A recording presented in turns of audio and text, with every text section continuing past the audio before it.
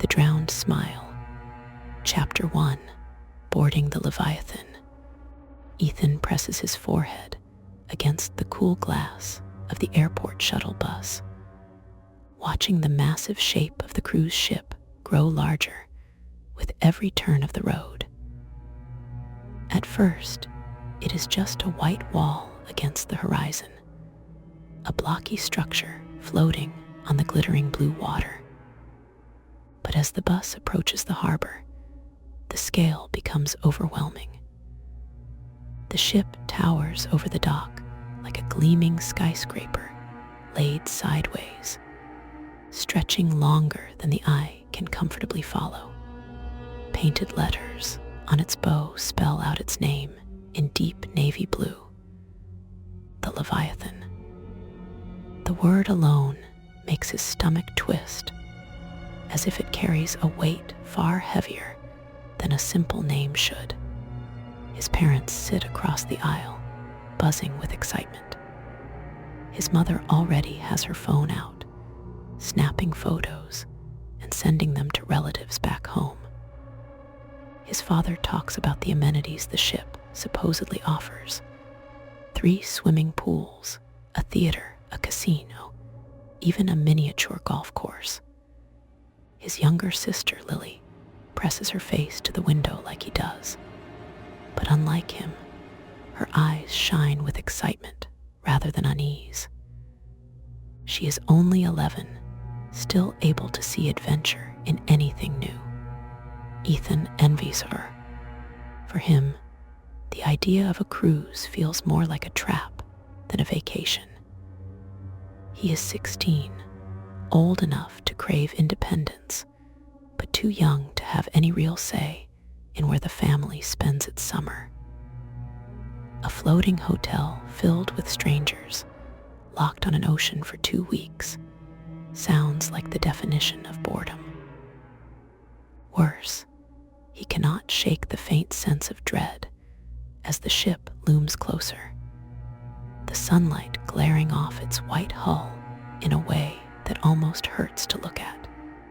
The bus pulls to a stop, and everyone begins gathering their luggage. Ethan follows his family, dragging his duffel bag behind him. The humid air of the harbor hits him immediately, sticky and heavy, with the scent of saltwater, oil, and something faintly metallic. The dock is a chaos of travelers, luggage carts, and uniformed crew members shouting instructions. Somewhere nearby, gulls wheel and cry, though their calls sound thin against the sheer size of the ship before him. As the family joins the line of boarding passengers, Ethan tilts his head back to take in the ship's full height. He counts at least 12 decks rising into the sky. Dozens of windows glint in the sunlight. Somewhere far above, the upper decks are already filled with early arrivals, tiny silhouettes leaning over railings, waving down at the dock. The ship groans faintly in the water, a low sound that seems to come from its very bones. The noise is subtle, but it vibrates through the soles of his sneakers and lingers in his chest. The line moves slowly forward. A crew member in a crisp navy uniform checks tickets and passports, his smile so wide and so fixed that it makes Ethan uncomfortable. When it is their turn, the man greets them warmly, making a joke about welcoming new sailors to the Leviathan family. His eyes never blink during the entire exchange. Ethan forces a polite smile and hurries after his parents as they walk up the long gangway into the belly of the ship. Inside, the air changes. The humidity and salt of the harbor vanish instantly, replaced by a cool, recycled breeze that smells faintly of cleaning products and something floral. The ceiling is high, painted with a mural of leaping dolphins and crashing waves. Chandeliers hang above polished marble floors that gleam under the overhead lights. Passengers shuffle about with wide eyes, craning their necks to take it all in. Luggage wheels clatter across the floor. Somewhere, faint orchestral music plays, cheerful but oddly hollow. Ethan takes it all in without saying much. To him, it feels staged, like a set on a movie lot. Everything is too shiny, too polished, almost desperate to convince travelers that they are stepping into luxury. His gaze catches on a corner where the paint has begun to peel behind a decorative plant. No one else seems to notice. A crew member leads the family to their cabin, a small but tidy space on deck 6. 2 narrow beds line one wall, while a fold-out couch sits beneath a small round window looking out onto the sea. The carpet is patterned with swirling shapes in shades of blue and gold, trying to mimic ocean waves. His parents gush about the view, even though all Ethan sees is endless water and sky. They unpack. His mother insists on hanging up his shirts, even though he protests he can do it himself. His father flips through the ship's daily schedule booklet, rattling off activities: bingo, karaoke, a magic show. Lily bounces onto the bed, declaring that she wants to try the water slide first. Ethan sits on the edge of the couch and stares out the porthole. The sea stretches to the horizon, a flat plain of blue broken only by the faint trace of another ship far in the distance. He imagines what it will feel like once the Leviathan leaves port, when there will be nothing but water in every direction. The thought makes his throat tighten. By late afternoon, the ship's horn blares, deep and resonant. The sound shakes the glass in their cabin window. Passengers rush to the upper decks to watch as the ship slowly pulls away from the harbor. His parents insist they join, so Ethan follows reluctantly. On the open deck, a crowd gathers at the rails, cheering and waving to the people on shore. Confetti cannons fire overhead, raining colored paper into the sea breeze. A band plays upbeat music near the pool, and crew members circulate with trays of drinks. Lily waves frantically until her arms ache, though no one on shore could possibly pick her out from the throng.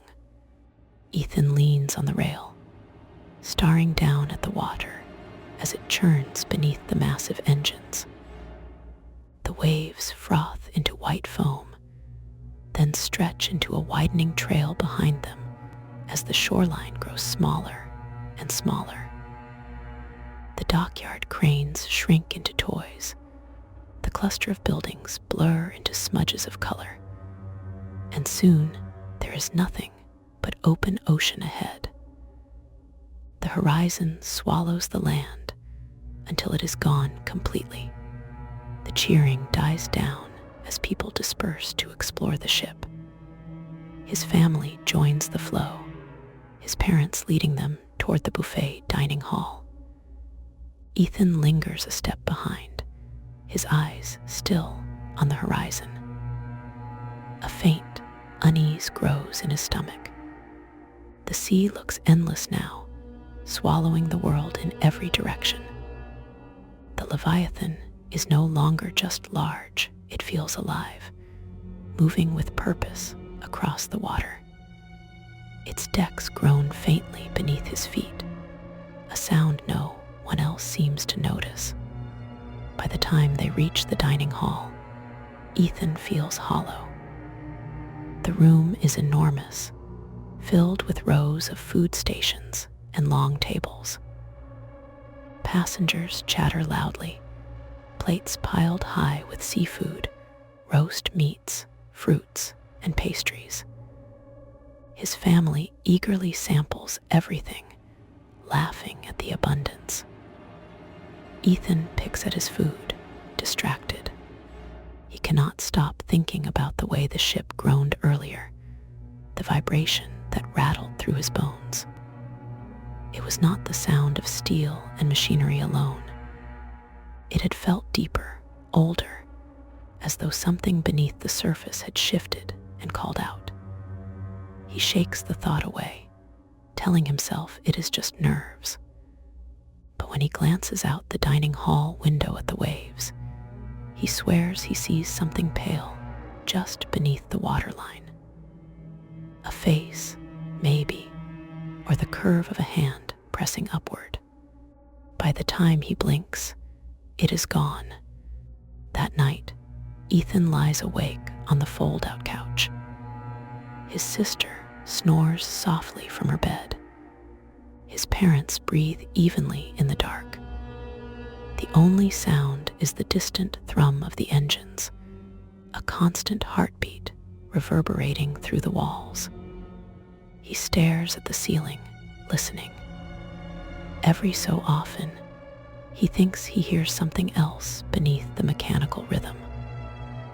A faint echo, like laughter carried through water. The sound is almost playful, but there is nothing friendly in it. And though Ethan closes his eyes and tries to sleep, the echo lingers, following him down into uneasy dreams.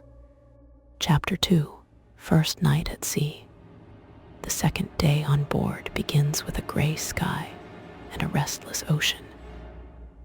Ethan wakes to the subtle rocking of the ship, the motion pulling at his stomach before he even opens his eyes. For a moment, he is disoriented, unsure of where he is. The hum of the engines vibrates through the walls, steady and relentless. And then it all comes back to him: the cruise, the endless water, the strange unease he cannot quite shake. His mother is already dressed and fussing with her hair in the small mirror by the door. She hums to herself, as if the sound will ward off the silence that seems to seep into the cabin whenever the family isn't speaking. His father studies the day's activity brochure, circling trivia contests and poolside events.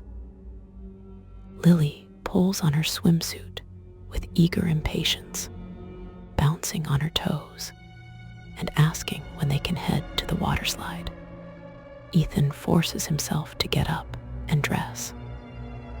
His clothes feel heavier than usual, as though damp with sea mist, though the cabin air is dry. He tells himself it is just his imagination, but the sensation lingers as he follows his family to breakfast. The dining hall is crowded again, full of voices echoing off the polished walls. Crew members bustle between tables, refilling coffee and clearing plates. Ethan picks at pancakes, while Lily chatters about the ship's arcade and the kids' club she wants to join. His parents nod along, their attention divided between her excitement and the towering platters of food. Through the wide windows, the ocean stretches endlessly, a shifting gray-blue plain beneath the morning clouds. Ethan tries not to look, but his eyes are drawn to it again and again. Every time the ship dips into a swell, the horizon tilts, and for a fraction of a second, he feels like he might slide straight out of his chair and into the water. After breakfast, the family explores more of the Leviathan, wander through shops selling overpriced souvenirs, then down corridors lined with framed photographs of smiling passengers from past voyages. Ethan notices how the pictures look dated, the clothing styles belonging to decades past, yet the glass and frames shine as though newly polished. In every photograph, the smiles seem just a little too wide, the eyes a little too fixed on the camera. He wonders why no one else seems bothered by it. The afternoon drags. Lily spends hours at the pool, shrieking with joy as she races down the waterslide again and again.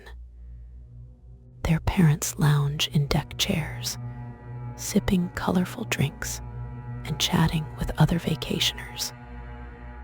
Ethan wanders the decks alone, weaving through the crowds. He ends up on a quieter part of the ship, away from the pools and music.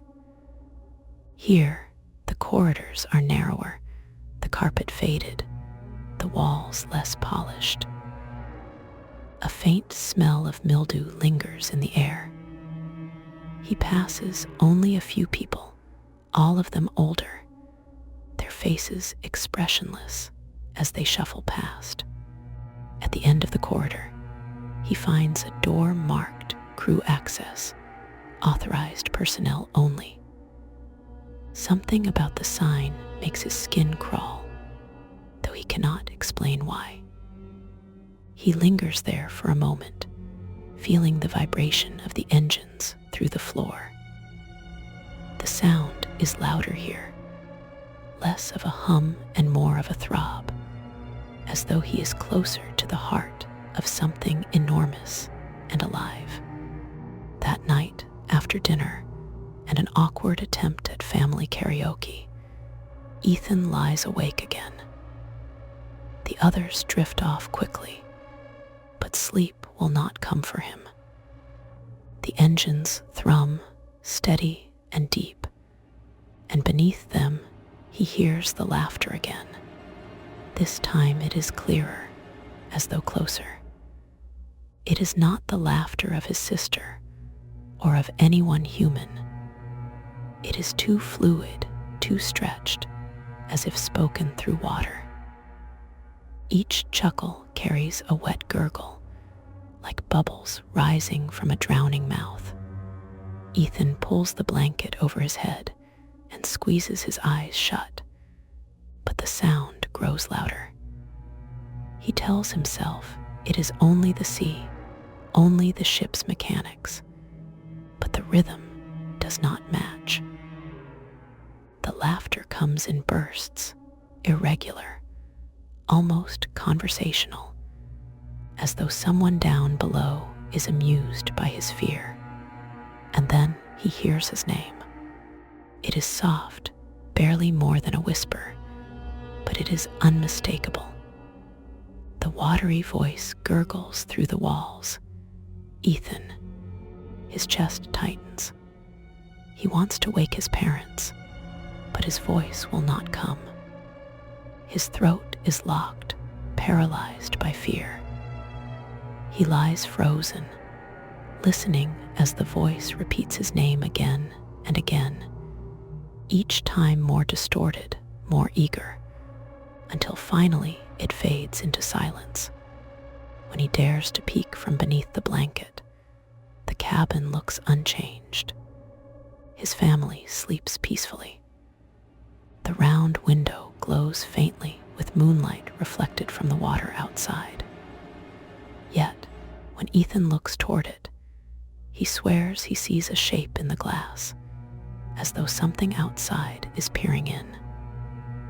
A pale face, stretched unnaturally wide, with teeth too sharp to belong to anything human. The ship rocks gently, and the face vanishes with the motion. Ethan does not sleep for the rest of the night. He lies still until dawn, listening to the engines, waiting for the laughter to return. Chapter 3: The Hidden Corridor. Morning on the Leviathan feels deceptively ordinary.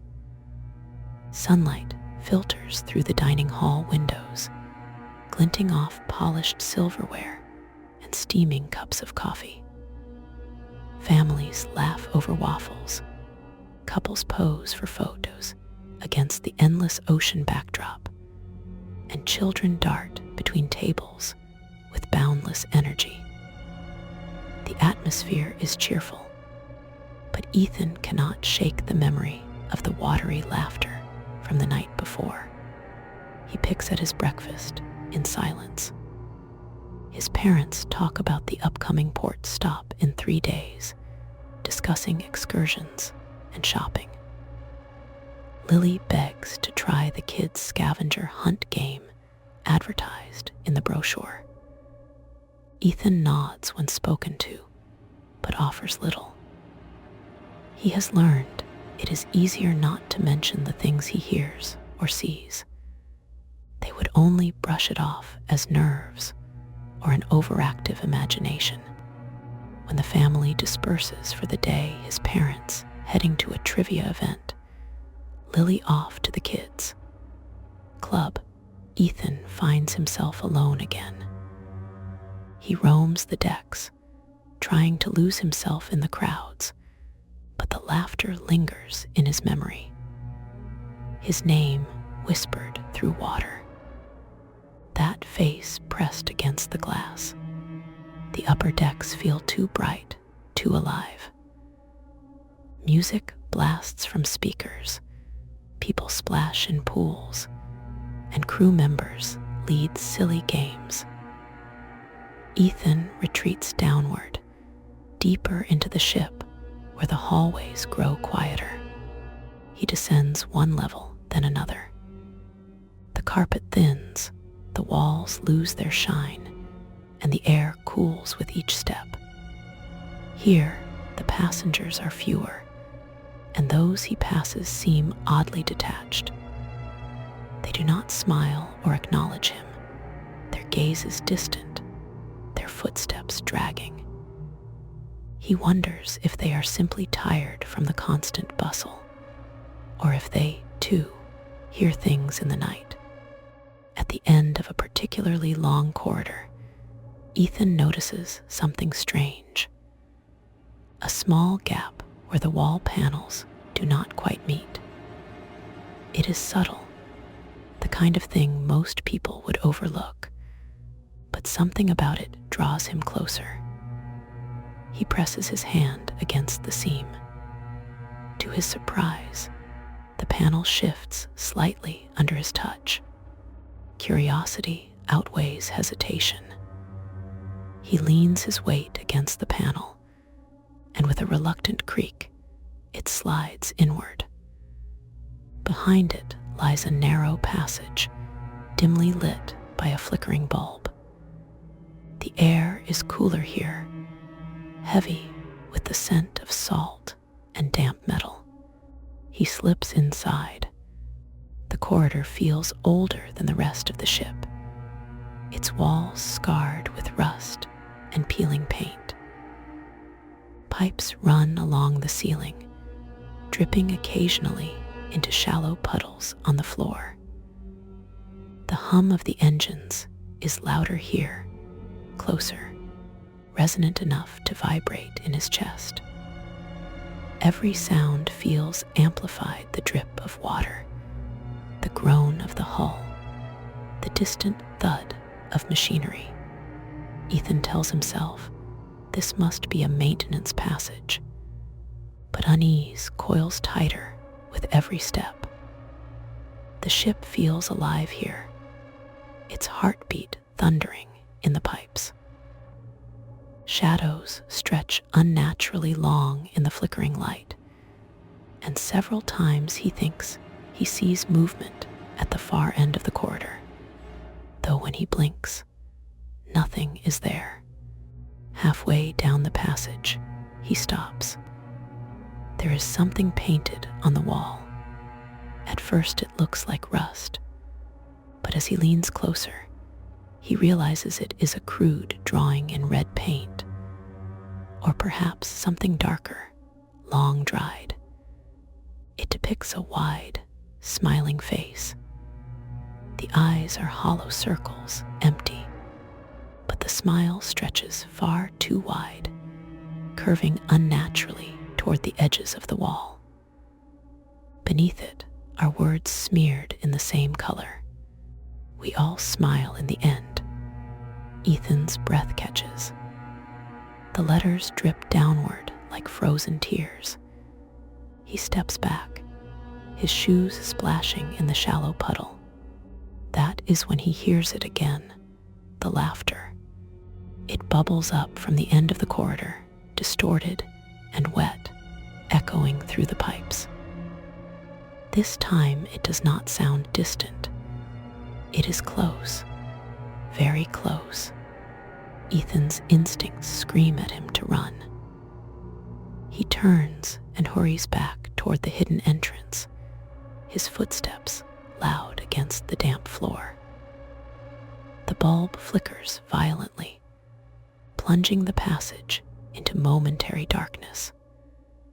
Each time the light returns, he swears the smiling face on the wall has stretched wider, the grin bending impossibly farther.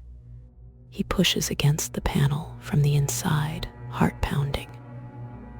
For a moment, it does not budge, as if the ship itself is holding him in. Panic claws at his throat. He shoves harder, and finally the panel swings open. He stumbles out into the passenger corridor, gasping for breath. Behind him, the hidden passage closes with a soft click, sealing the laughter away. Passengers drift past, unconcerned. An elderly couple walks by, smiling politely, as though nothing unusual has happened. The polished walls of the passenger corridor gleam under bright lights, erasing all trace of the rust and mildew of the hidden space. But Ethan knows what he saw. He knows what he heard. And he knows now that the Leviathan holds secrets beneath its polished surface. Secrets that smile with too many teeth. That night, lying awake again, he waits for the laughter to return. When it does, it is softer but clearer. The voice bubbles through the walls, whispering a promise. Soon. Chapter 4. The Smiling Ones. The next morning begins in brightness. The dining hall is loud with clattering plates and cheerful voices. Ethan sits with his family, trying to match their enthusiasm, but the image of the painted face lingers in his mind. Its wide grin seems to follow him, even in daylight. Lily chatters about her scavenger hunt from the kids' club.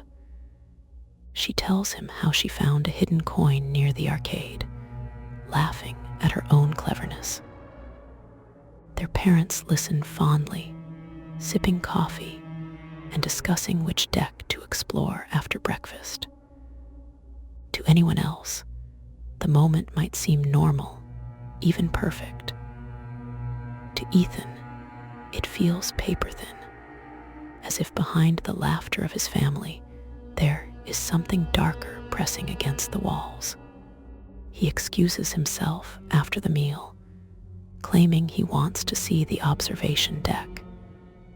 His parents are distracted, and Lily is already tugging at their mother's hand, eager to join another activity. Nobody stops him. The Leviathan seems busier today. Crew members in crisp uniforms sweep across the decks, smiling broadly at passengers and guiding them toward events. Their smiles are so wide, so fixed, that Ethan cannot help but compare them to the drawing in the hidden corridor. Every grin now feels stretched a little too far, teeth too perfectly aligned, lips curling just a little too high. He wonders if he is imagining it, but the thought gnaws at him. On the promenade deck, Ethan leans against the railing and stares at the ocean. The water is calm, its surface smooth as glass, reflecting the endless blue of the sky. For a moment, he feels peace. Then, in the reflection of the glass barrier, he sees something behind him. A woman stands near the souvenir shop. She wears a sundress, her hair pinned neatly, and she holds a drink in her hand. She appears ordinary, but when Ethan looks closer, his stomach twists. Her smile is too wide, much too wide. The corners of her mouth stretch unnaturally, and her teeth glisten like polished porcelain. She notices his gaze. Without breaking her smile, she tilts her head, a slow, deliberate movement, as though acknowledging his discovery. Then she turns and walks away, her steps perfectly smooth, her posture unnervingly rigid. Ethan feels his throat tighten. He spins back toward the water, but the calm surface no longer soothes him. Reflections shift beneath the waves, as if faces are pressed against the underside, mouths stretched in silent laughter. Later in the arcade, he notices more of them. A man at the claw machine, his eyes fixed straight ahead, grinning too wide as he drops coin after coin into the slot. A teenager playing air hockey alone, his puck sliding back and forth in rhythm with a grin that never wavers. Even some of the crew, polite, professional, always smiling, look wrong when Ethan studies them too long. Their faces hold a gleam of something inhuman, something rehearsed. By mid-afternoon, Ethan is desperate to confirm whether he is imagining it. He slips into a quiet stairwell and sits on the steps, trying to catch his breath. His heart hammers as he replays what he has seen. Could all of those people really be smiling that way? Could it be coincidence? His rational side insists there must be an explanation. The air in the stairwell grows colder. The ship creaks as though settling. Then, faintly, he hears footsteps above him. Slow, deliberate descending. He peers upward. A figure appears at the top of the stairs. It is a young crew member, uniform neat, hair tied back. Her lips curl into that same impossible grin. She begins to descend, one step at a time, never breaking eye contact with him. Ethan scrambles to his feet, nearly tripping as he rushes through the nearest door. He stumbles into a corridor crowded with passengers. Relief floods him at the sight of ordinary families bustling past. Yet, as he pushes through the crowd, he notices too many of them smiling. The same wide grins plastered across their faces, eyes unblinking. He quickens his pace, weaving between them. Their heads begin to turn, one by one, following his movement. Their laughter rises in unison, low and bubbling, like water filling a glass.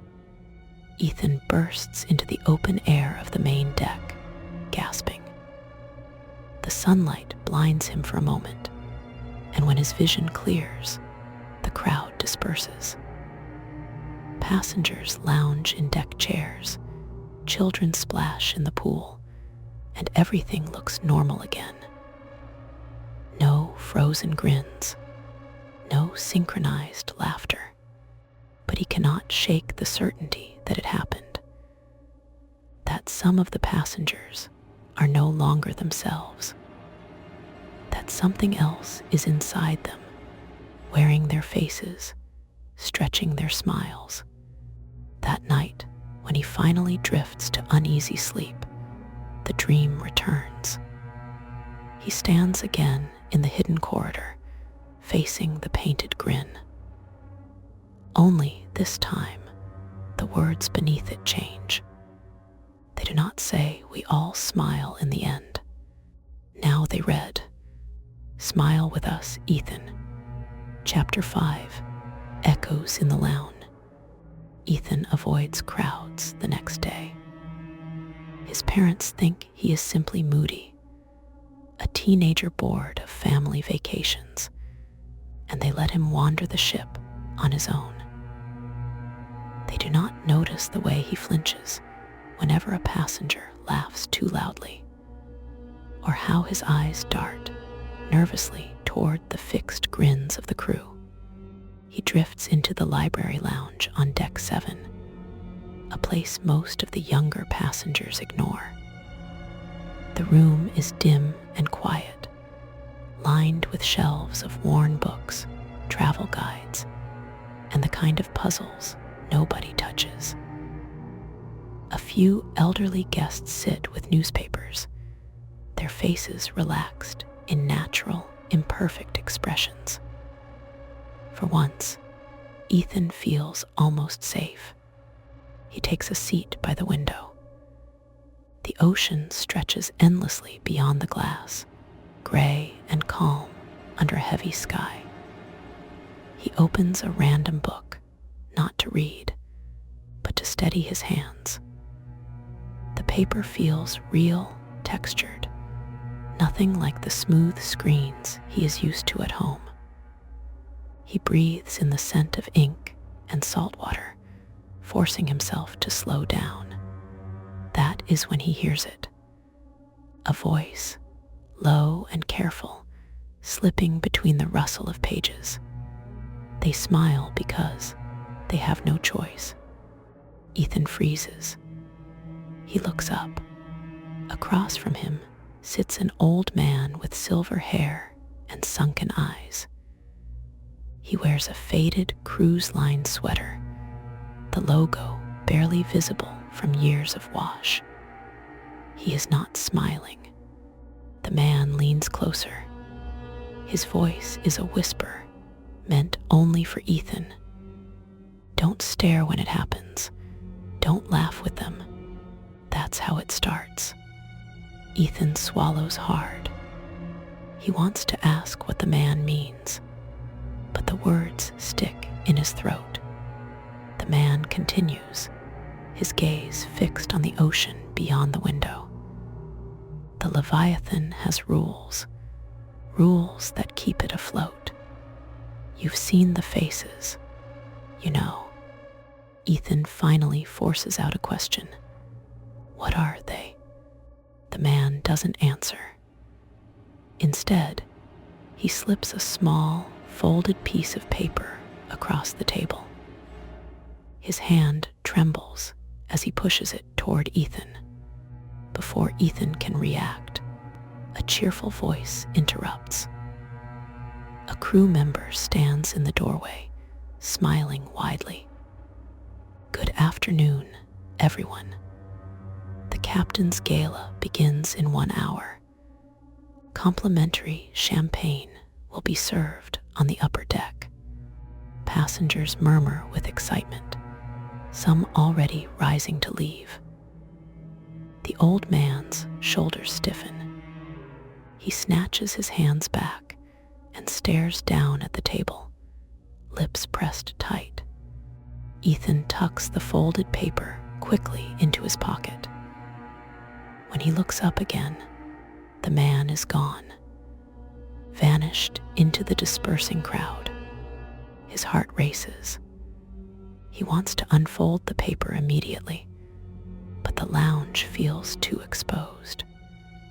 Too many eyes, too many smiles lingering on him as people shuffle out. He waits until he is alone in a stairwell, the hum of the ship's engines vibrating beneath his feet. Hands shaking, he unfolds the note. The writing is jagged, scrawled as if in haste. Do not look into the water after midnight. If they see you, they will smile back. Ethan stares at the words until the letters blur. The paper feels damp, as if seawater has seeped into it, though his pocket was dry. A drop runs across his thumb, leaving a faint salt taste when he wipes it against his lip. That night, despite every instinct screaming at him not to, Ethan cannot resist testing the warning. He waits until his parents and Lily are asleep, then slips onto the deck. The ship cuts through the black ocean, its lights casting long reflections across the waves. Midnight approaches. He leans over the railing, breath caught in his throat. The water churns and shimmers far below. For a long moment, there is nothing but the endless sea. Then shapes begin to form. Faces, dozens of them pale and stretched, floating just beneath the surface. Their eyes open. Their mouths curve upward in perfect, identical grins. Ethan stumbles back, nearly falling. He clamps a hand over his mouth to stop a scream. The faces do not vanish. They rise with the ship's wake, following, always smiling.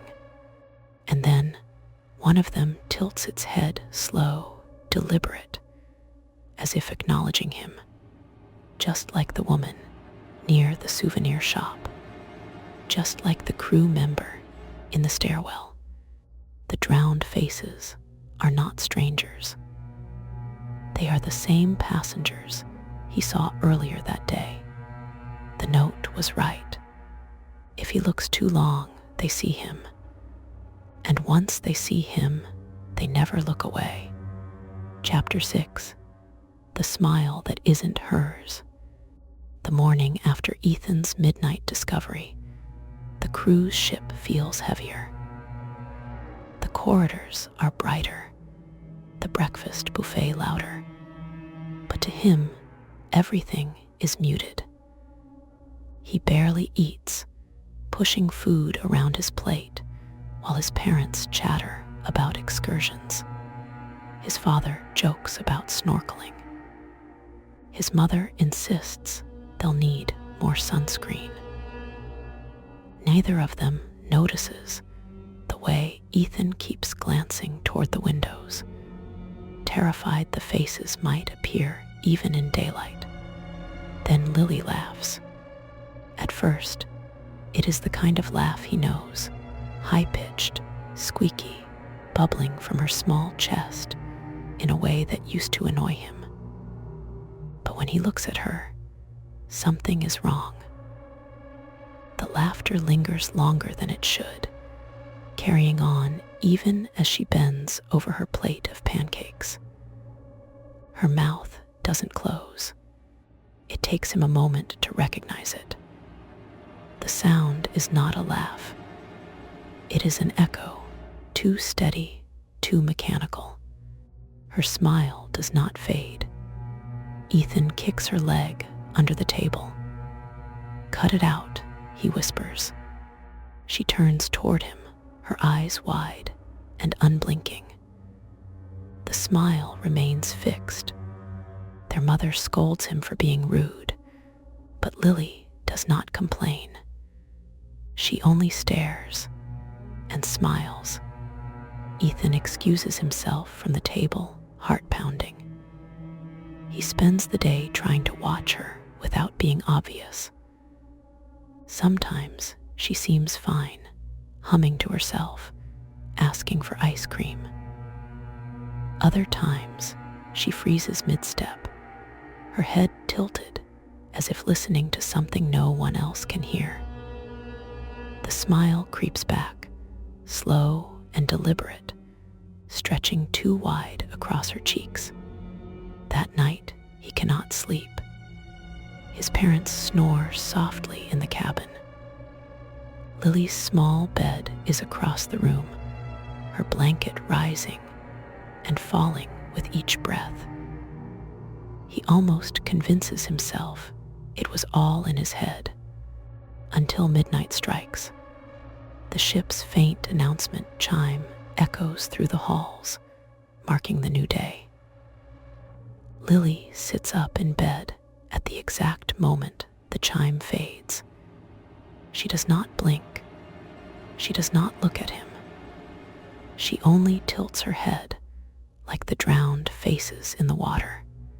Her lips peel back into that unnatural grin. Ethan whispers her name, desperate. Lily. No answer. Her small hand reaches toward the porthole window, fingers trembling as if pulled by something outside. Ethan follows her gaze. The ocean waits just beyond the glass. And in the reflection, not in the water, but in the faint glow of the cabin light, Ethan sees them. The drowned faces, pressed close, as if they have climbed the surface of the sea to peer inside. Their mouths move in unison. Lily rises to her feet, slowly, still smiling. She presses her palm against the cold glass. Her breath fogs the window. And through that fog, Ethan swears he sees words forming, traced by invisible fingers. She is ours. Panic floods his chest. He leaps from his bed and grabs her shoulders, pulling her back. Her body feels rigid, stiff, as if she has been underwater for hours. Her smile does not break. The noise wakes their parents, who fumble with the lights. His father groans angrily. His mother rushes to Lily, pulling her into her arms. What on earth are you doing, Ethan? She's terrified. But Lily isn't terrified. She isn't even speaking. She only buries her face in their mother's shoulder, her grin hidden, but still present. Ethan knows it. He saw it. His protests fall flat. His parents believe he frightened her. They tell him to stop with the horror stories, that his imagination has gone too far. But Ethan cannot unsee the truth. Lily is slipping. The drowned smiles are not content to follow him anymore. They have found a way inside, and they have chosen his sister. Chapter 7. The Voice That Does Belong. The day begins with a strange quiet. The cruise ship is alive with the usual noise of vacationers, but inside Ethan's family cabin, silence presses in like a weight. Lily is different. She eats her cereal without speaking. She does not hum. She does not chatter. She simply stares at the milk as if listening to something beneath the surface. When their father asks if she is excited for the swimming pool, she finally answers. But her voice is not hers. It comes out flat, too slow, stretched like tape dragged by a weak motor. The words are simple. Yes, I want to swim, but they sound wrong.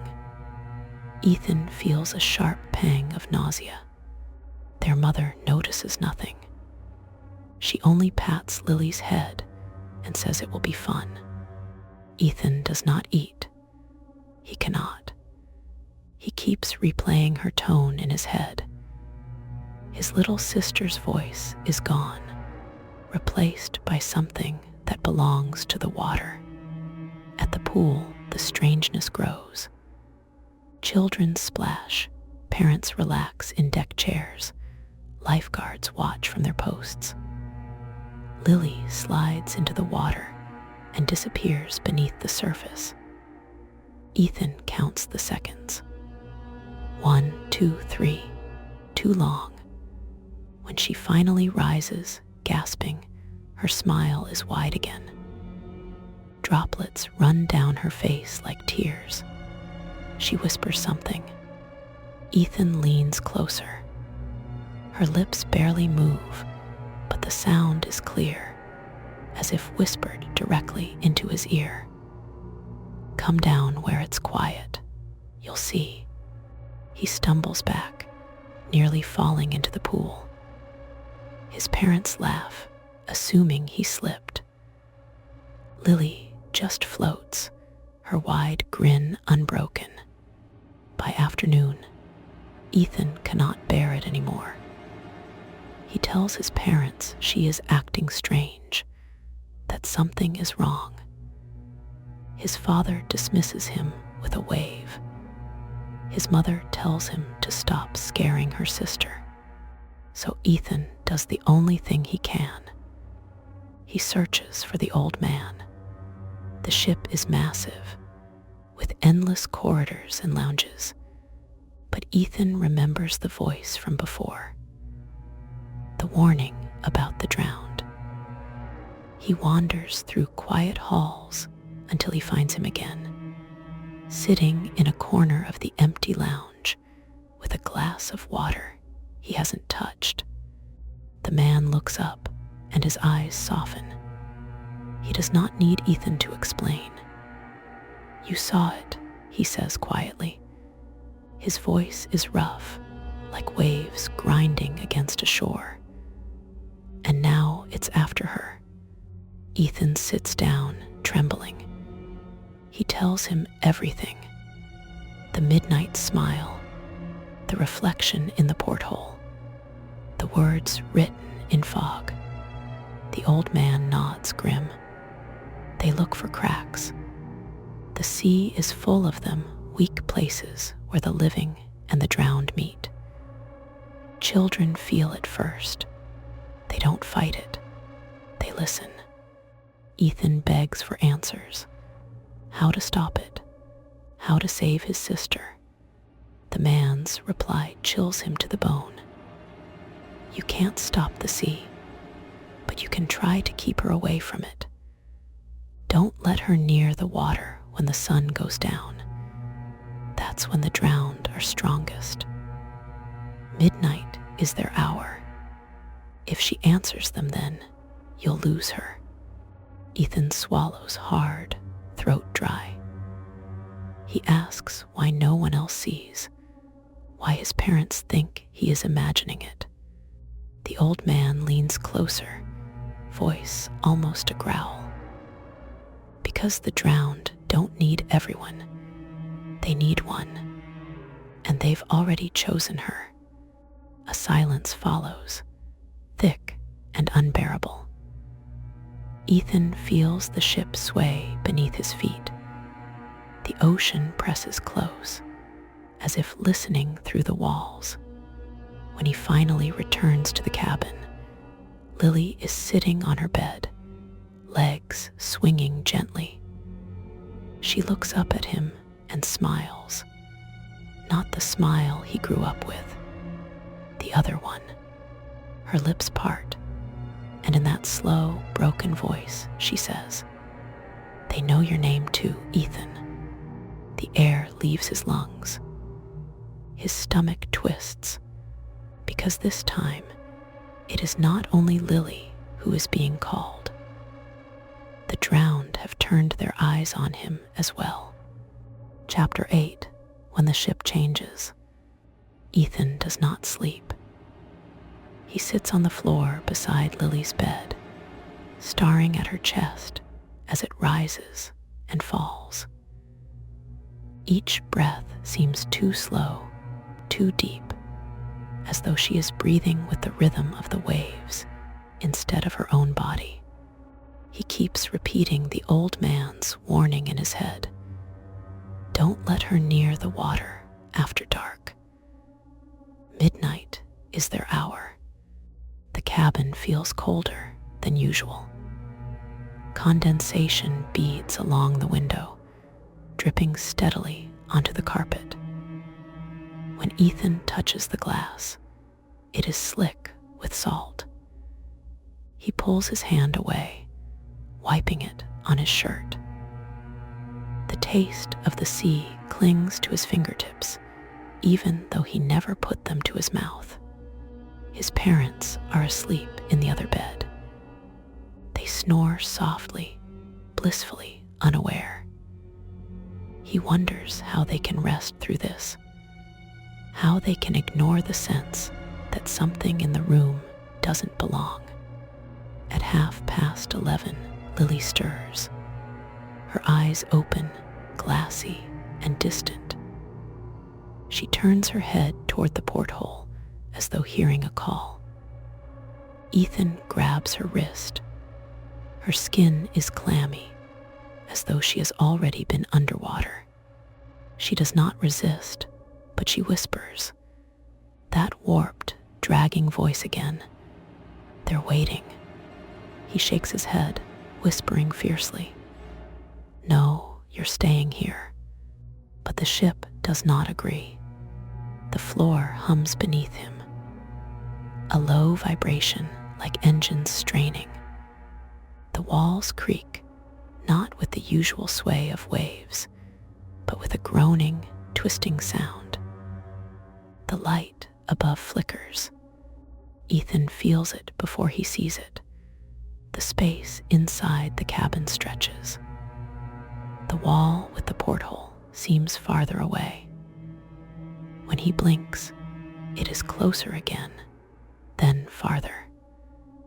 The geometry itself refuses to stay still, as though the ship is bending to make room for something else. From behind the walls, the sound begins. At first it is faint, the rhythmic hush of waves on sand.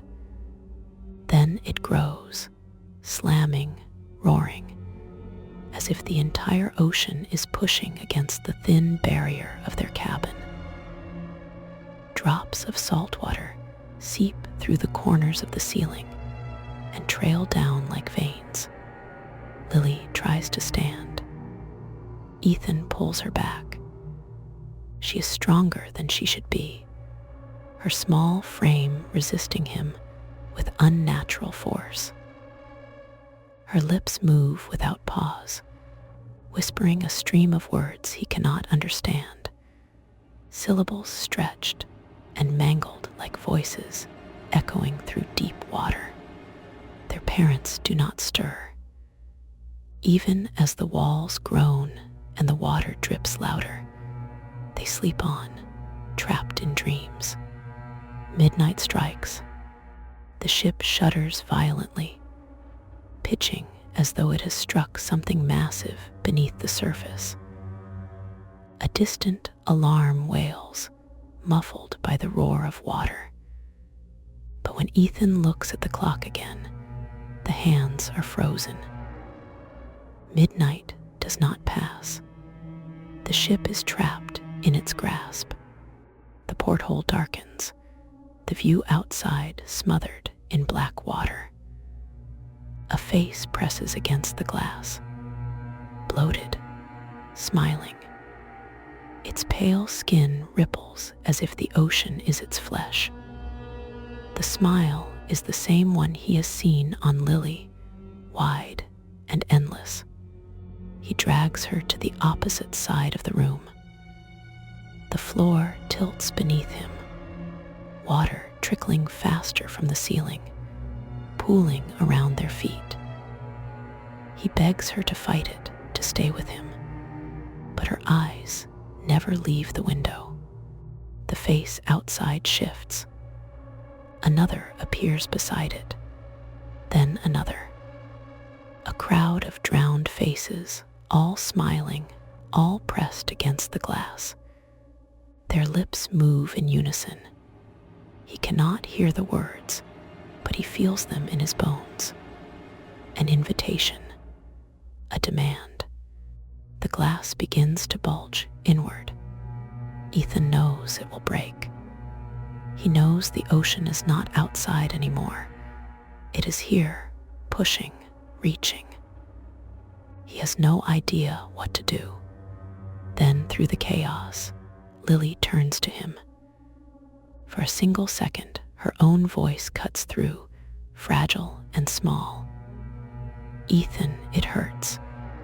He clutches her tighter, heart racing, and makes a promise he does not know how to keep. I won't let them take you. The faces at the glass shudder, as if angered. The water stops dripping for just a moment, holding itself in the corners of the ceiling like waiting claws. The ship groans again, bending under pressure that cannot be explained by physics. And then silence. The faces vanish. The water recedes into the walls. The cabin is itself again. Midnight finally ticks forward. 1 minute passed. 2. The spell is broken, but only for now. Ethan sits shivering, clutching Lily against him. Her skin is warmer again, though her eyes remain distant. He realizes the old man was right. Midnight is their hour. He has survived it once. He doubts he will be so lucky again. Chapter 9. Faces in the Glass. The morning sun should make everything safe. That is what Ethan tells himself as he opens the curtains. The sky is bright, the water a glittering blue. The ship looks alive with activity. Families laugh on deck. Waiters carry trays of drinks. Music drifts faintly from the pool area, but none of it feels real. He watches Lily across the room. She is awake, sitting cross-legged on her bed, staring at her hands. Her skin is pale, but her lips have regained color. She seems almost normal. Almost. When he asks if she wants to eat, she nods, but she doesn't look at him. Their parents are already up, already dressed for another day of forced relaxation. His mother talks about a brunch buffet. His father jokes about karaoke. They are cheerful, unshaken, as if the ship's midnight convulsions never happened. Ethan wants to scream at them, but he bites his tongue. He knows they won't believe him. They go together, and for a moment, Ethan convinces himself it might be fine. The dining hall is full of chatter and clinking silverware. Children run between tables. Everything is normal until he looks at the windows. Every pane of glass, every polished surface, they catch his eye in the wrong way. In a spoon's reflection, the face that looks back at him does not quite match his own. The mouth is smiling when his is not. In the tall glass windows overlooking the ocean, the waves do not roll naturally. They crawl upward, backward, defying gravity for a moment before resetting. He refuses to blink, afraid the images will shift again. Then Lily laughs. It is not the laugh of his sister. It is light and musical, but hollow, carried on some other current. People at nearby tables do not react. They keep eating, smiling, as though nothing has changed. But to Ethan, the sound is unbearable. It is the sound of deep water rushing into a sinking hull. He grabs her arm. She looks at him with wide eyes, startled, innocent. "What's wrong?" she asks, her voice normal again. He cannot explain it. He just tells her to eat, to stay close. They move through the day like prisoners. Ethan refuses to let her near the pool, though his parents insist she will feel better if she swims. He makes excuses, claiming she is sick, but his father grows irritated. His mother begins to whisper that he is being too controlling. By late afternoon, Ethan feels trapped between two worlds. The adults smile, joke, drink, and bask in the sun. The ship feels like a vacation paradise to them. But every shadow Ethan sees hides movement, and every reflection hides a smile that doesn't belong. The strangest moment comes when they pass one of the many decorative aquariums near the lounge. Lily stops dead in front of it. Ethan tries to pull her away, but she will not move. Inside the tank, the fish are gone.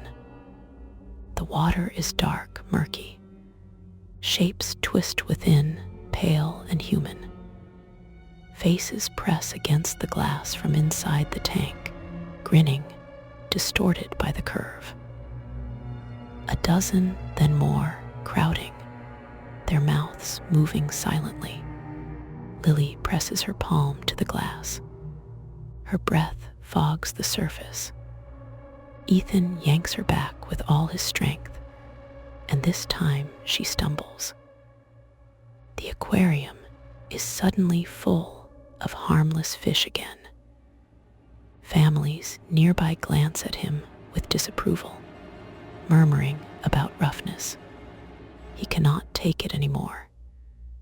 He tells his parents he is tired and drags Lily back to the cabin. That night, he does not plan to wait until midnight. He wedges the chair against the door. He checks every corner for leaks. He sits awake, glaring at the porthole, daring anything to show itself.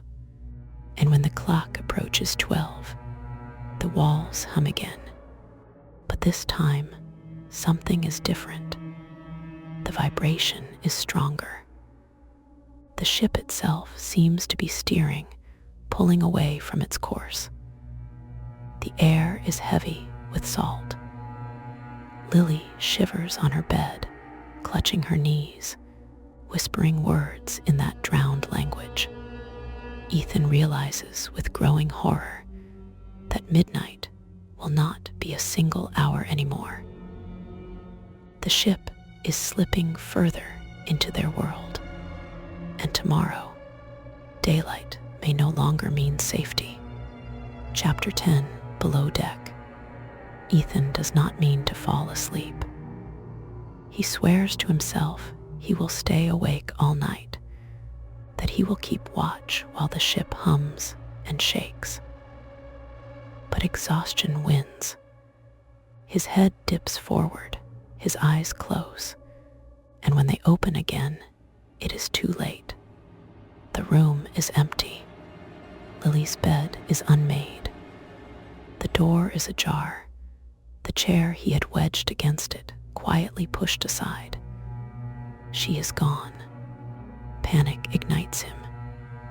He runs barefoot into the hall, heart pounding, calling her name in a harsh whisper. No answer. Families are asleep behind closed doors. The hallway glows with the dull yellow of shipboard lights, and the carpet muffles his steps. He catches a glimpse of her just as she rounds a corner. Her nightgown drags on the floor. Her hair hangs damp as though she has just climbed from a pool. She moves with purpose, but her steps are unnervingly smooth, as if she is being carried forward by some unseen current. He follows. He doesn't dare shout.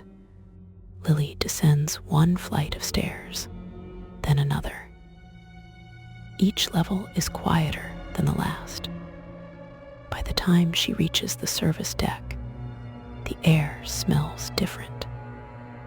Not the crisp scent of sea breeze pumped in from above, but the sour tang of mildew and machinery. She stops at a steel door marked crew only. Without hesitation, she pushes it open and disappears inside. Ethan forces himself to follow. The corridor beyond is narrow, low-ceilinged, lined with pipes that drip steadily. The walls sweat condensation. The ship's heartbeat thuds through the metal floor. Lily is ahead, barefoot, leaving small, wet footprints behind. He calls to her softly, begging her to turn back. She does not react.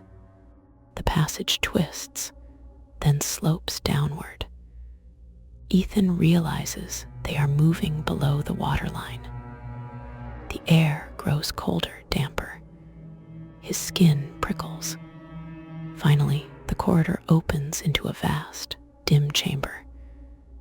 It feels like a hidden cathedral of rust and steel. In the center lies a pool of seawater, black and still, fed by pipes that leak from above. The stench of brine and decay is suffocating. Lily stands at the edge of the pool. Her arms are raised as though in prayer.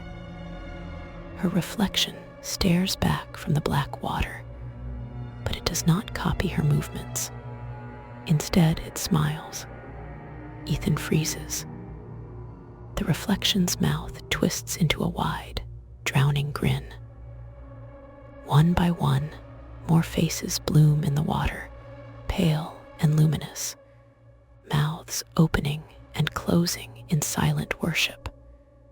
The drowned have gathered. Lily whispers words Ethan cannot understand. The drowned answer in a low chorus that echoes through the chamber, vibrating in his bones. The pool stirs. Fingers break the surface, then arms, then shoulders. Figures climb slowly upward, bodies slick and dripping. They are not alive, not in any sense he knows. Their eyes are dark pits, their lips locked in eternal smiles. Their skin ripples with water that never drains. Ethan wants to run. He wants to grab Lily and drag her away. But his legs lock. His chest heaves. He can only watch as the drowned rise from their pool and encircle his sister. She does not resist. She seems to welcome them. The nearest figure leans close, dripping on the steel floor. It presses its hand to her chest. Ethan expects her to scream. Instead, she exhales with relief, like a diver returning to water after too long on land. The drowned whisper to her. The sound is not air through lungs, but bubbles through water. And though Ethan cannot understand the words, he feels the meaning. She is theirs. His paralysis breaks. He surges forward, grabs her wrist, yanks her back. For a heartbeat, her eyes are furious, almost inhuman. Then she blinks, dazed, and collapses into his arms. The drowned reach for them. Ethan drags her, stumbling back toward the corridor. Cold hands claw at his shoulders, but he wrenches free. He pulls her up the sloping passage, feet slipping on wet metal. The drowned do not pursue quickly. They do not need to. Their smiles follow, patient and certain, promising he cannot escape forever. He bursts back into the crew hallway, slams the door, and locks it with trembling hands. He can still hear the water moving below, like a tide turning in the belly of the ship. Lily stirs against him. Her voice is small, almost apologetic. She tells him she didn't want to fight it anymore, that the voices were kind to her and the water felt like home. Ethan has no answer. His hands shake as he holds her. The echo of those drowned smiles burned into his mind. And for the first time, he understands this is not about survival for a week-long vacation. The ship itself has become a bridge, and the drowned are waiting at the other end. Chapter 11, The Day the Ocean Bled. Morning on the cruise ship is supposed to be bright and comforting. The sun should glitter across the waves, and the pool deck should echo with laughter. Ethan clings to that thought as he wakes, hoping the nightmare of the night before will fade in daylight. But sunlight brings no safety. He sits up, exhausted, watching his parents fuss with sunscreen and excursion tickets. Lily sits on her bed, pale and damp-haired, staring out the porthole. She hums softly, a tuneless melody that makes Ethan's stomach twist. It is the same note he heard in the chamber below deck, the drowning chorus. His mother brushes her hair and tells Lily she looks tired. His father suggests she skip the shore excursion. Neither of them hears the humming for what it is. When Ethan tries to explain, tries to tell them Lily sleepwalked into the forbidden part of the ship, and that something down there touched her, his father laughs it off as a bad dream. His mother frowns, concerned only about appearances. The family vacation cannot be spoiled. They leave for breakfast, dragging the children with them. The buffet smells of eggs and toast, but Ethan cannot eat. He sees it immediately, a trail of water dripping across the tile. No one else notices. Passengers walk through it without reaction. The drops lead toward the pool deck. Ethan grips Lily's wrist. Her skin is clammy, as though she has been standing in cold rain. She pulls free easily and drifts toward the glass doors. She wants to follow. The pool deck is packed with families, music playing, the sky cloudless. And yet, in the center of the pool, the water is wrong. It is too dark, the blue stained with a sluggish maroon tint. Ethan blinks, thinking it is his imagination, but then a ripple spreads. Something moves beneath the surface. He gasps, but no one else reacts. Children splash near the edge. Parents sip cocktails. Staff carry trays. Not one of them sees the color deepening. The way the pool looks more like a wound than a play area. Lily sees. Her eyes brighten, hungry, like she recognizes home. The water swells suddenly, a wave rising without wind. Ethan grabs her hand, but she pulls toward the edge. Before he can stop her, the surface breaks. A hand emerges, pale, bloated, fingers splay on the tiled edge. Ethan screams for help. His parents scold him for causing a scene. The drowned climbs free of the pool. Water pours from its mouth as it rises, grinning at the sky. Its eye sockets are dark hollows, its jaw slack in a grotesque smile. No one reacts. A man brushing sunscreen onto his wife's shoulders looks directly at it, then looks away as if nothing is there. Ethan realizes with sick certainty. The drowned are not invisible. The passengers simply refuse to see them.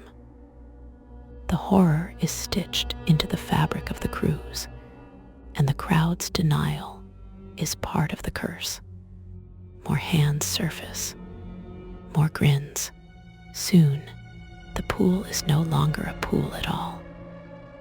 It is an open wound, pouring bodies into the world. Lily steps forward eagerly.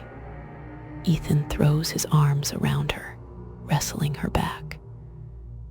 The drowned turn their empty sockets on him, silent and patient. Their smiles never falter. Then, as suddenly as it began, the wave stills. The bodies collapse into water again. The pool returns to turquoise, dotted with inflatable toys. Children laugh, parents sip drinks. Nothing has changed, except for Ethan, trembling, holding his sister while she fights to escape his grip. His parents glare at him. His father demands to know what is wrong with him, why he is ruining the vacation. Ethan has no words that would make them believe. He understands now. It will not stop. The drowned will not stay hidden at night. They will rise in daylight in front of everyone, and still no one will act. Ethan holds his sister's wrist, cold and thin in his grasp. He knows the ship is not just haunted. It is feeding her to the ocean, and everyone else is content to look away. Chapter 12. The Drowned Choir. The ballroom is filled with music that should feel alive, but to Ethan it feels hollow. The ship's band plays a lively jazz tune, and dozens of passengers twirl across the polished floor. His parents are laughing, clapping along, swept up in the illusion of normalcy. Ethan, though, sees what no one else does. At the far edges of the dance floor, pressed against the mirrored walls, figures linger. They are not part of the celebration. They are pale, waterlogged shapes that sway with a rhythm not their own.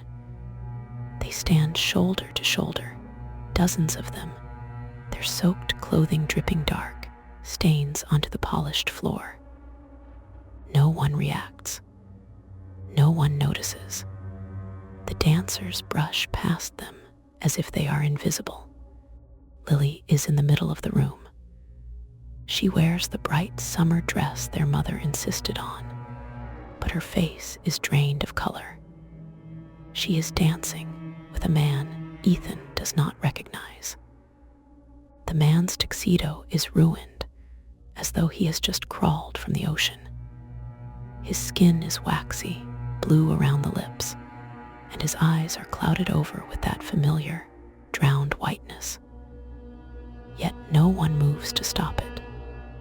Guests laugh and cheer, as though this decayed corpse is just another elegant partner. Ethan pushes forward, shoving through the crowd, but each person he bumps into gives him the same blank, glassy look. They aren't really here anymore. They are puppets, moved by strings that he cannot see. He reaches the edge of the dance floor and freezes. Every drowned head turns toward him at once. Their mouths open, not in a scream, not in speech. They begin to sing. The sound is unbearable. It is not music, not in any human sense. It is a deep, gurgling chorus, a song made of water rushing into lungs.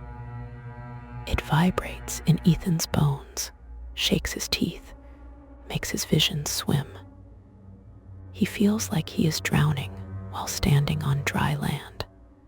He clamps his hands over his ears, but it doesn't help. The sound is inside him. It is the ocean itself, pouring through his veins. Lily twirls in her dead partner's arms, her head lolling like she is only half conscious. As the song grows louder, her lips begin to move in time with the drowned choir. Her voice, his sister's voice, threads into the song. "No," Ethan shouts, though his words vanish into the suffocating noise. He surges forward, grabs her hand, and yanks her away from the corpse. Her body is limp and cold, her fingers already pruned as if she's been in the bath for hours. The drowned man does not fight him. He only smiles, lips splitting to reveal teeth too sharp, too long. The drowned choir shifts its song, lowering to a slow chant that seems to circle the room. Ethan pulls Lily toward the door, his heart hammering.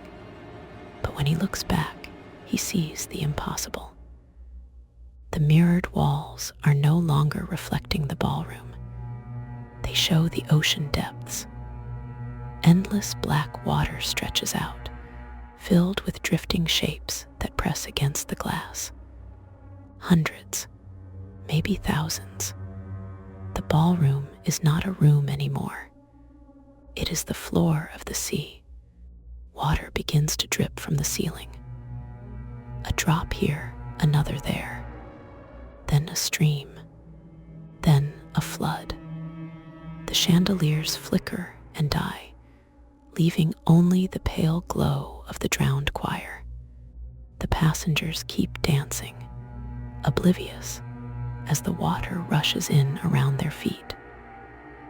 Their shoes splash, skirts and tuxedos soak, but they don't stop. They spin and twirl with blank smiles, as though following a script. Ethan clutches Lily and wades through the rising water. He pushes against the heavy ballroom doors, but they do not budge.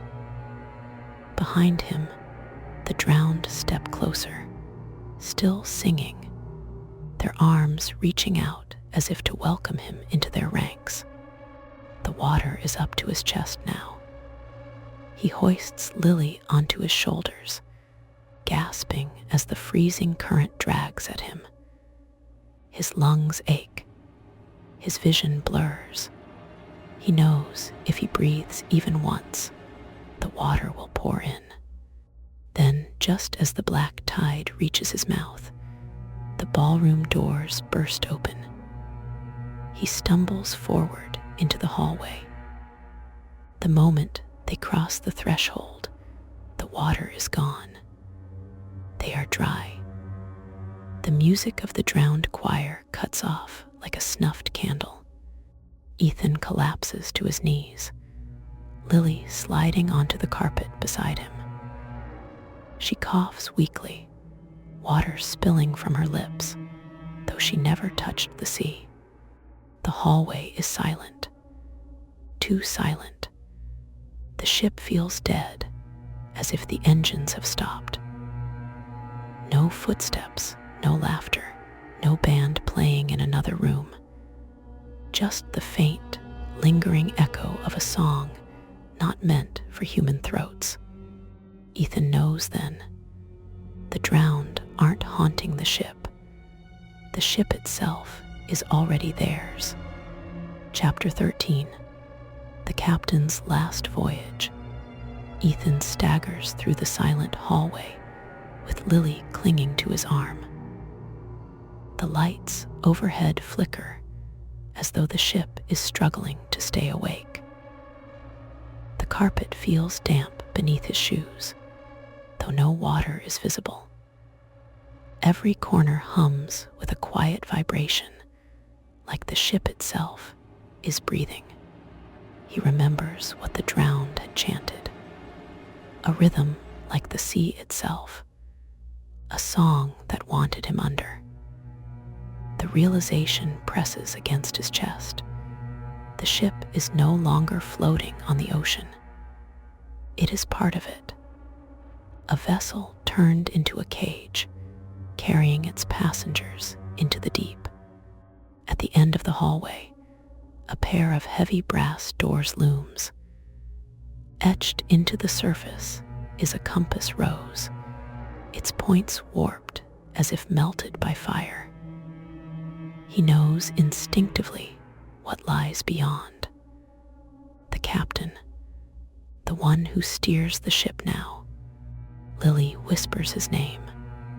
Her voice is faint, like a radio signal breaking through static. She begs him not to open the doors, but he has no choice. If he does nothing, they will both drown with the rest. He pushes against the doors. They swing inward with a groan like the hull of a sinking vessel. Inside, the captain's bridge is transformed into something unrecognizable. The glass windows no longer look out over moonlit seas. They show an endless abyss, filled with swaying bodies drifting upward like weeds. The control panels pulse with dim red light, each button and dial beating in time with a slow, heavy heart. At the center of the room stands the captain. His uniform is pristine, but his body tells another story. His skin hangs pale and waterlogged, his hands pruned and gray. His face is hidden beneath the shadow of a brimmed cap, but when he lifts his head, his eyes glow faintly, like the lanterns of a deep-sea fish. He speaks, though his lips barely move. The words are not sound, but pressure. They fill Ethan's skull like the ocean pressing against a submarine hull. The captain tells him this ship was lost decades ago, that it was claimed by the sea and now sails eternally, ferrying new souls whenever it can. Each vacation cruise is only a mask, a lure. Once you step aboard, you belong to the drowned choir. Ethan clutches Lily's hand, refusing to accept it. But the captain continues. He says Lily has already been chosen. She danced with the dead, sang with their song. Her name is written in the ship's log now, etched in salt and blood. He tells Ethan that he can join her willingly, or resist and watch her fade until she is gone forever. The bridge darkens. The drowned choir's song begins again, muffled but growing louder. The glass walls ripple like the surface of water. From the abyss outside, pale faces press against the glass, their mouths open in silent unison. Ethan's chest burns with panic. He knows what the captain wants: to surrender, to stop fighting, to accept that the sea claims everyone in the end.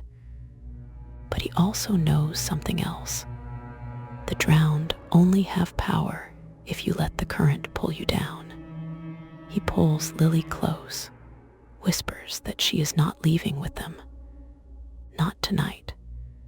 He runs to the control panel, hands shaking. The captain moves slowly, as though every step is through molasses, but his presence is crushing. His glowing eyes fix on Ethan, daring him to try. Ethan slams every lever forward, every switch down. Nothing happens. The ship doesn't respond to the commands of the living. The drowned choir's voices swell into a deafening roar. The glass windows crack, water seeping through. In desperation, Ethan remembers something his father once told him during their first night aboard. Every ship has a black box, a last voice, a record no storm can erase. He dives beneath the console, searching. His fingers brush a locked compartment. Inside is a small device, humming faintly. The ship's memory, its heart. Without thinking, Ethan rips it free. The bridge erupts with sound. The drowned choir stumbles, their song breaking into dissonant shrieks.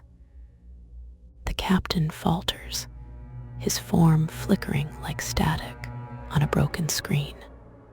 The black box crackles to life, playing the final log of the real captain. The voice is weary, drenched in static, but human. He says the ship is lost, that no rescue will come.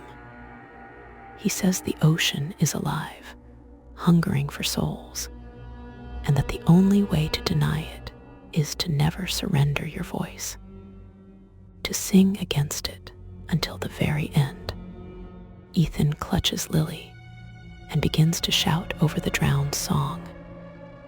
Not words, not music, just raw defiance.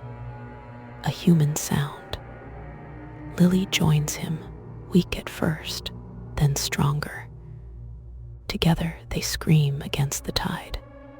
The glass walls shatter, but instead of water rushing in, there is only darkness. The drowned faces fade. The choir stutters and dies. The captain collapses, his body unraveling into a cloud of seawater that vanishes into the floor. The bridge goes silent. The windows show only the real sea again, vast and endless under the moonlight. The ship hums with power, as though waking from a long nightmare. Ethan holds Lily tight. They are still on the cruise ship, but it feels different now. Lighter, freed, at least for the moment. But deep in the silence, beneath the hum of the engines, he hears it. A faint echo, a song too quiet to be natural. It comes not from the sea, but from within the walls of the ship itself. The drowned are not gone. They are waiting. Chapter 14. The Echo Below. The passengers reappear gradually, as though waking from a heavy dream. Ethan watches them stumble across the deck in confusion. Mothers clutch children, fathers call out names, and elderly couples lean on one another, dazed but alive. No one speaks of what happened. No one dares to ask why their memories feel blurred, why their skin smells faintly of salt, even in the dry night air. Lily doesn't let go of Ethan's hand. She is pale but steady. She tells him she remembers dancing, voices, and water pressing down, but little else. He chooses not to remind her of the captain's claim that her name is already written. He hopes silence can keep her safe. The ship sails on. The ocean is calm, unnaturally so, the waves moving in synchronized rhythm as though keeping time with a hidden heartbeat. The crew insists nothing unusual occurred, urging the passengers to relax and enjoy the rest of their voyage. Smiles are forced. Laughter feels thin. The midnight buffet opens again as though nothing happened. Ethan sits with Lily on the deck.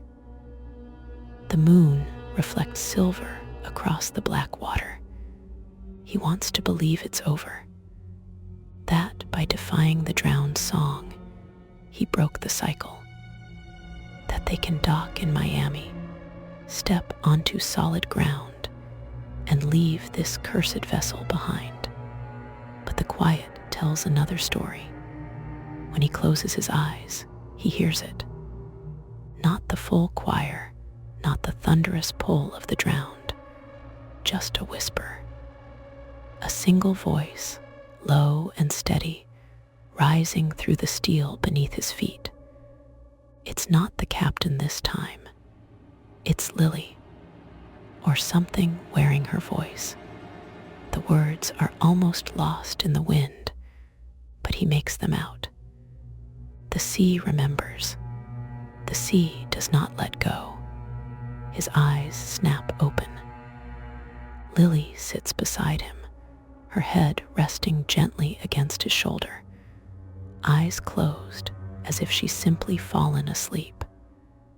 Her breathing is soft, steady, too steady, exactly in rhythm with the waves below. Ethan swallows hard.